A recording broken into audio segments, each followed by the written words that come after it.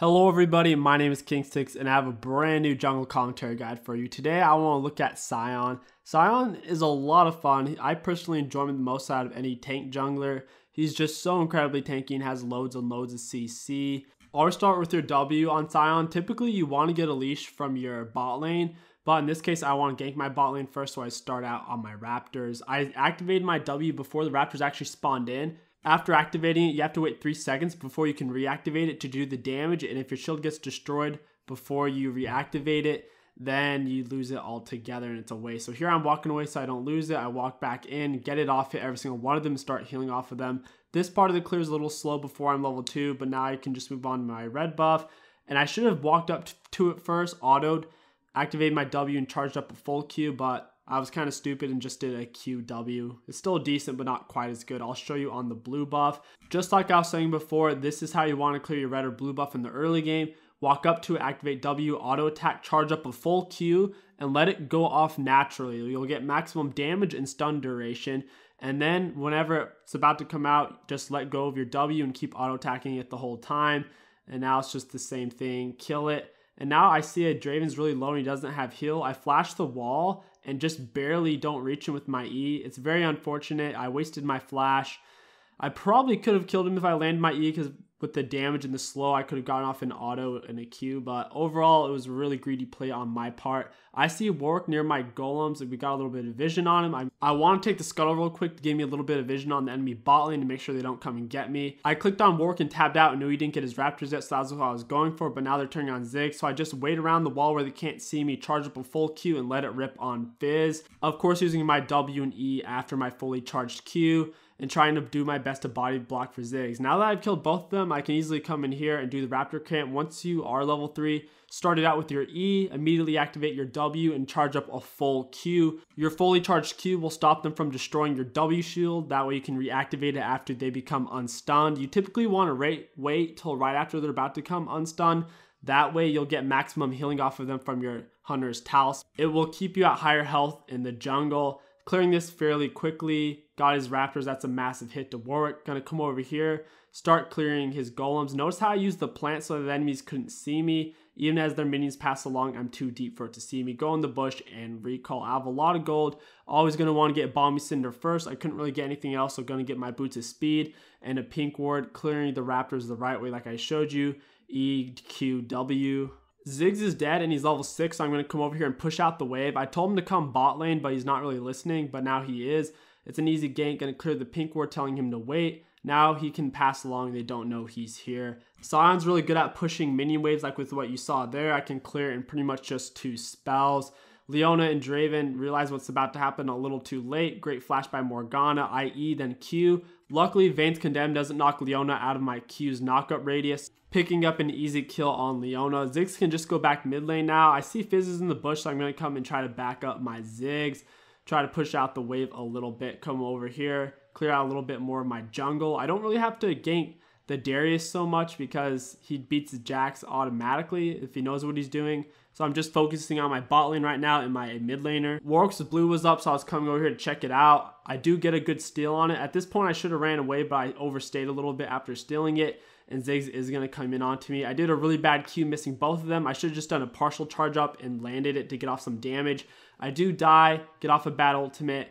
And now I'm just going to do my best to damage Jax. Jax completely chimps out and jumps in. I guess he didn't realize that after Sion dies, he can get back up and attack. The Warwick and Fizz were definitely spooked by it, and they ran away pretty much instantly. My ultimate is down, so my ganks aren't going to be that strong. Whenever you don't have your ultimate on Sion, you're more of a power clearer and a counter ganker. You can counter gank decently well. And if an enemy laner is pushed in really far up to your turret, then you can gank that too if you don't have your ult. Otherwise, you pretty much wait for the enemy jungler to gank and counter gank it. And if you're not in that area, you go into his jungle and take his stuff. Here, Leona's going in really deep. I'm just going to walk up on her, start autoing.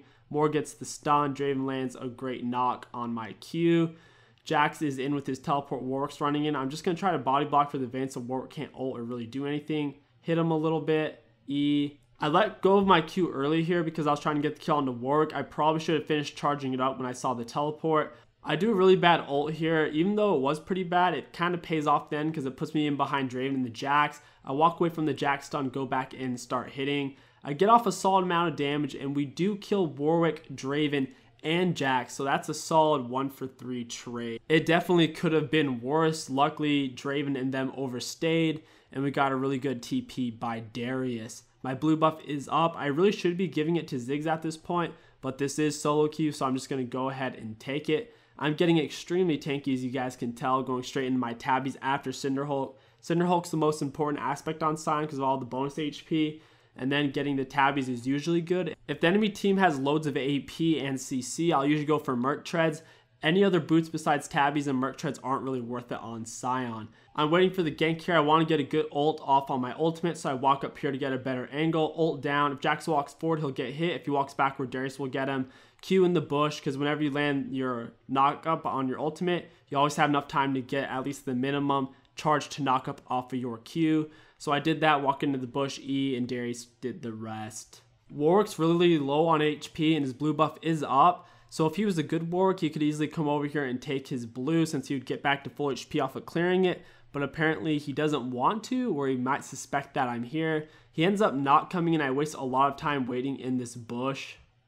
I must say that I could have very easily killed him. If he walked by, I would have just charged up my Q, knocked him up, walked out with my W charge, hit him with my E, and then popped my W on him to finish him off. Gonna walk up to Ziggs. I know his flash is down, or at least I'm pretty sure it is.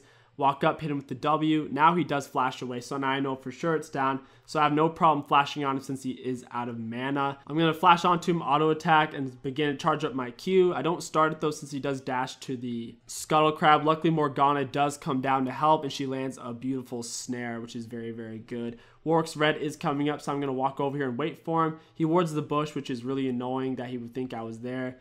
So where I'm going to work on this red buff. Unfortunately, Draven and them come to stop me. Might as well work on the dragon at this point since the Warwick is dead. Whenever you kill the enemy jungler, always be looking for objectives to take. I couldn't take the red since the enemy bot lane converged, but the dragon was still free.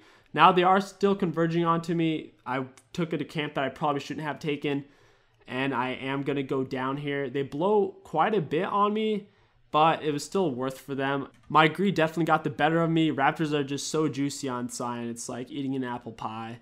You just, after you take one bite, you can't stop yourself. After you have your Cinderhulk and your tier 2 boots on Sion, always go straight for your Thornmail. It'll make you incredibly tanky. Also, the enemy AD carry won't be able to auto attack you for free. They will take damage, and you'll have a lot higher soloing potential as well.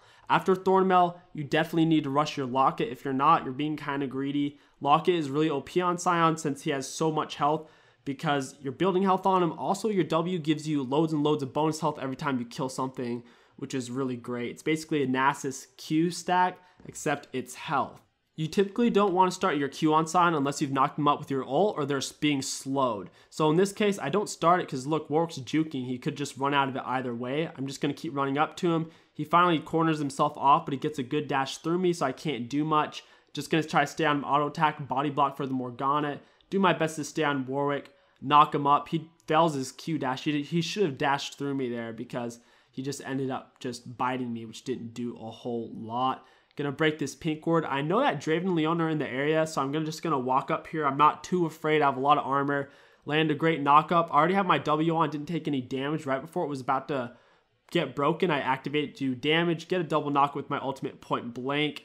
Activate Q again. Leona flashes it, and the Darius is gonna come to help us out. Since I can tell we're gonna kill her, I might as well pop the Herald right here and start breaking shit. Vayne's also coming to back us up, and multiple people on the enemy team are dead. Now we can just shove this in. I'm going to take damage from the turret on purpose to try to keep our wave healthy. My girlfriend needs me to pick her up from the salon right now, so I was kind of in a hurry to end this game. Whenever we would come up to a turret, I'd always take the aggro, activate my W, and I could take about 3 turret shots without taking any damage. I'd pretty much only lose 100 to 200 health per turret, so those turrets we just took down. And we still have a fairly healthy minion wave. I do wish the Candy Minion had more health. Right now, I am looking to end the game. I really wish Vayne was hitting the inhibitor instead of trying to kill Fizz. It could have already been dead by now, and we could have easily won the game. Spoiler, we don't win the game right here if you can't tell from the length of this video. We should have been able to with my passive and Vayne, but unfortunately, we're not going to be able to because we just don't quite have the damage. Even if Vayne was attacking the inhibitor, I do think we could have gotten this second turret, but I don't think we could have ended the game. It would have definitely made it a lot easier for us to end it later. If I wasn't being greedy, if you didn't have to leave the game like I have to leave, I wouldn't have done that since it was risky. We should have just backed off after the inhibitor, but like I said, I really had to go pick up my GF, so it's whatever. Now I am building towards my locket. It's very important, especially when you have a lot of squishies on your team. It can be very tempting to just keep stacking tank items, when in reality in this meta it's not that good, because ADCs can just build a last whisper and shred through all of your armor. So in reality your tank items aren't doing much. It's usually better to just get a few tank items and then start building more support styled items. That way you can keep your carries alive, because they're the ones who are really doing the damage. So Vayne goes down instantly because she's a little bit special. She runs in right into them. Flash E onto Draven Smite auto. I do kill him. If our Vayne didn't die, we could have easily ended this. For some reason, she felt the need to ultimate tumble right into their whole team. It was kind of strange. And now we're chasing for kills when we should just be pushing down the bot lane. The reason why we shouldn't be pushing mid right now is because there's still a full HP inhibitor and we don't have the damage to break it necessarily. We should have just grabbed those minions from Fizz, shoved it in, and ended the game. But now, as you can see, we're hitting the inhibitor. It has a lot of health, and we should have just gone down. So right now we're wasting time. We could have been over here already breaking it. And plus now Fizz has killed our super minion. He did over half of its health. Now we're getting down into the nitty gritty where every single bit of HP counts. And now we've officially overstayed. And I am definitely going to die if I stay any longer. And now I am definitely dead, which is why I just keep attacking the base, hoping for the best. I'm counting on my super minions to come in and try to help me. I mean, it's kind of what you need at this point, since I don't do much damage and I'm super tanky. So I'm just going to turn onto the base after I die in my zombie mode, try to break it. Darius walked away for a long period of time, then came back once he realized how much damage I could do to it. We don't quite get the base. I'm really frustrated at the enemy team for not surrendering, because they really don't have a chance. Their team comp is really bad. They don't have proper pill. They have a Jax Warwick. They don't have a true tank like we have. We have a Darius Sion, which is absolutely tanky. So now we're waiting to group, but Vayne was dicking around in our jungle for a solid minute and a half, picking up red and blue buff. Now that we're finally all together, minus Ziggs, I want to start pushing this in. I do have Locket. I'm going to try my best to stay on Vayne and Ziggs to use my Locket on them. It's going to be giving them a massive shield, over 600.